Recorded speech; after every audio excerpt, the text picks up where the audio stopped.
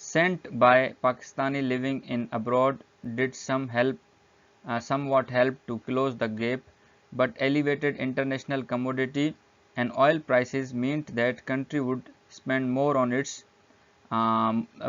its resources।